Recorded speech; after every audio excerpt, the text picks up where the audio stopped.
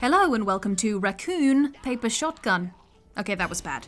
We are visiting the unhappiest city on Earth in a new preview build of the Resident Evil 2 remake. This is the incredibly polished reimagining of the 1998 survival horror, now dragged, kicking and screaming, mostly screaming, into a full 3D third-person action game. We've played 3 more hours of it, on PS4, not PC, and wanted to share some discoveries, from old enemies given new looks to equally old weapons given some horrible new power.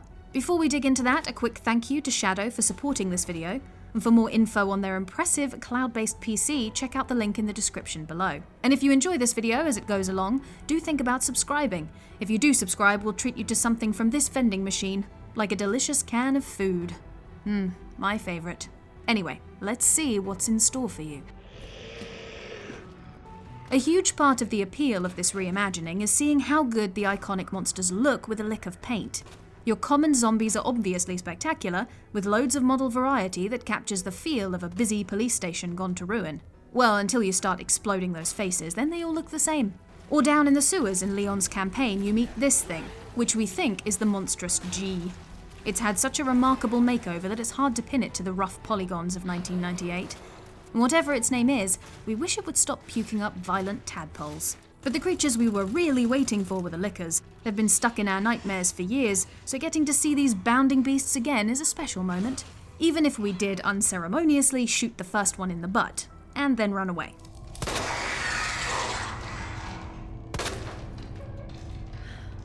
Second time's the charm as we returned with a grenade launcher and flame rounds. God bless whoever gave us the save file with lots of flame rounds. The lickers really do get the biggest makeover, not in terms of looks. They're still those horrible, skinless beasts with their exposed brains. It's more about their behaviour. They're meant to be these agile creatures, almost like Resident Evil's answer to Alien's Xenomorph. And in a fully 3D environment, they can really move like that, scampering along walls or lying in wait on the ceiling for a foolish young college student to run underneath.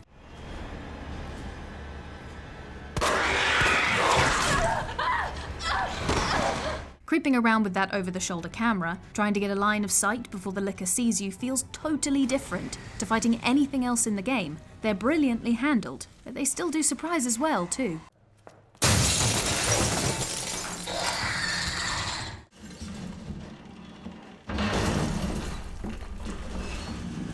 Jesus, stay back! We also got to see the new Tyrant in action. He's the unstoppable murder machine who looks a bit like Dr. Manhattan and Inspector Gadget who had a baby. I've never understood the Tyrant's crazy outfit, but then he doesn't give you much time to think about it as he chases you to the ends of the earth and throws you about like a puny ragdoll. He's a fantastic piece of horror design, shrugging off bullets and moving just slow enough to give you a fighting chance, but never stopping to give you a break. Although he will wait to let zombies have a chew. There's honour between Umbrella creations. The Tyrant's job is the same as it always was, stopping you no matter what.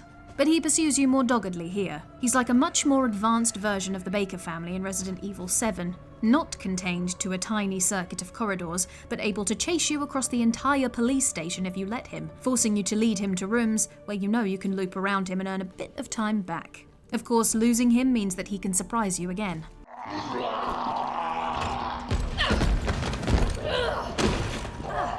He puts immense pressure on everything you do.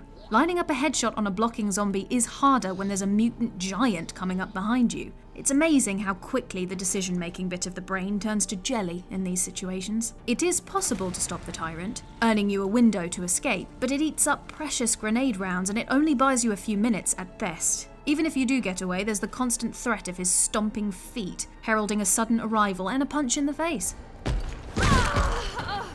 The only thing that did undermine his power was when we discovered that the Tyrant is unable to work out how to get around these seats in the police department waiting room. It looks like the world's most frightening round of musical chairs. How much money did the Umbrella Corporation pump into their Tyrant operation? Can such a malicious piece of mutant hardware really be taken out by the humble sofa? Perhaps it would be better to throw away our guns and find an IKEA catalogue. This is how we get to Annette. Based on what you've said, the sewer seems fitting. Well said. After you.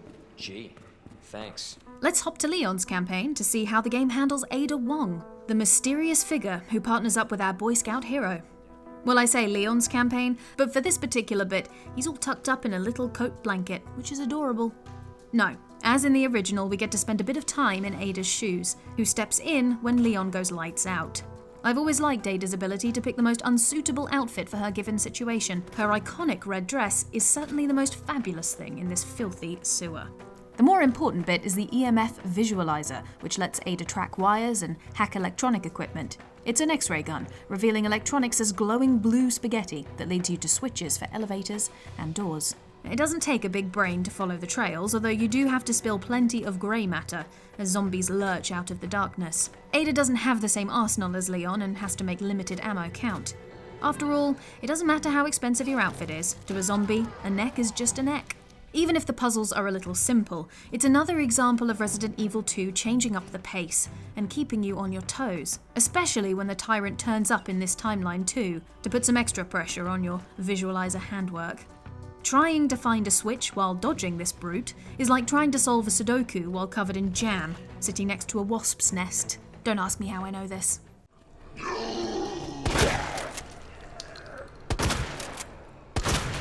If you watched our last Resident Evil 2 video, you'll know Matthew spent a lot of his time shooting off arms and legs to test out the new limb damage system. This time we told him he had to put a penny in the violence jar every time he did it, but that didn't stop him.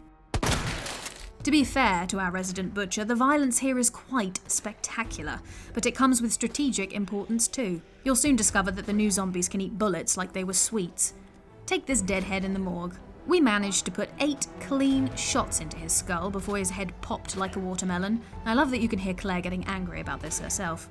You asshole! With heads being an unreliable target, you want to shift the focus to incapacitating zombies. If you hit them at the knees or the elbows, you can remove the leg or arm, making them much less of a threat.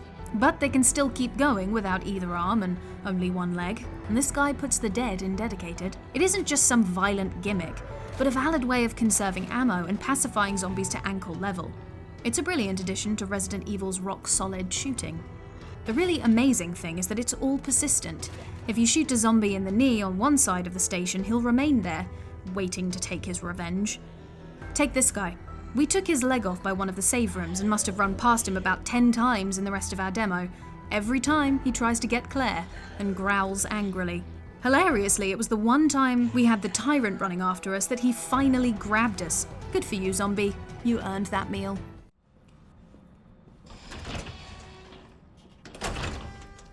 And the persistence is only one of 100 neat little ideas that make Resident Evil 2 that bit more immersive, or that bit smoother to play. I love, for example, how the doors aren't just rigid animations, but can be gently nudged until you have a line of sight of whatever monster is hiding on the other side. It feels like a very nervous action, which is exactly what it should be. And I really like how the map now marks items. So much of the game is about managing limited inventory space and ferrying goods between your pocket and safe boxes. This makes it much easier to plan your runs outside of the safe rooms. And speaking of safe rooms, I appreciate how even these safe havens feel unsafe. Chief Iron's drinks cabinet is a freaking crocodile head. That's not good. Oh, and this one's tiny, but the game now tells you when a key has unlocked everything it'll unlock, so you know if it's safe to leave it in the inventory box. We also managed to find a submachine gun, but had so few bullets that we couldn't show it off in our other footage. So here's what it looks like. In short, it's fast, chaotic, and makes zombies look like dog food. I think this is a recommendation. I also really like the sensation of unlocking all the police station doors, and finally being able to run circles around the Tyrant. I'm not allowed to show some of that for spoiler reasons, but it's really satisfying, collecting all the weapon upgrades and inventory expansions, and finally feeling like you're ready to take on the world. And I'm still laughing at the stupid Tyrant running around the sofas. I want this to be the final memory you take away before I wrap this video up. Before I say goodbye, I want to say thanks again to Shadow for sponsoring this RPS video. Shadow is a high-end cloud-based computer available on any internet-enabled device. Just like any Windows 10 PC, you can use it to work, play, or browse. It has the specs to handle any game and comes with an integrated fiber connection perfect for downloading any game or uploading a video with the speed of light. And for more info on Shadow and a discount for RPS viewers, click the link in the description. I hope you've enjoyed this quick tour of the Resident Evil 2 remake. The game has a lot of other stuff that I can't show you. There was this thing with the alligator, and then a bit with the furnace. All stuff you'll have to experience for yourself when the game arrives on PC on January 25th next year. If you have any questions about what we did play, just pop them in the comments and we'll answer them. If you enjoyed this video, please do think about subscribing to Rock Paper Shotgun and check out our other videos from the assorted selection on screen now. We'll hopefully see you around these parts soon. Goodbye for now.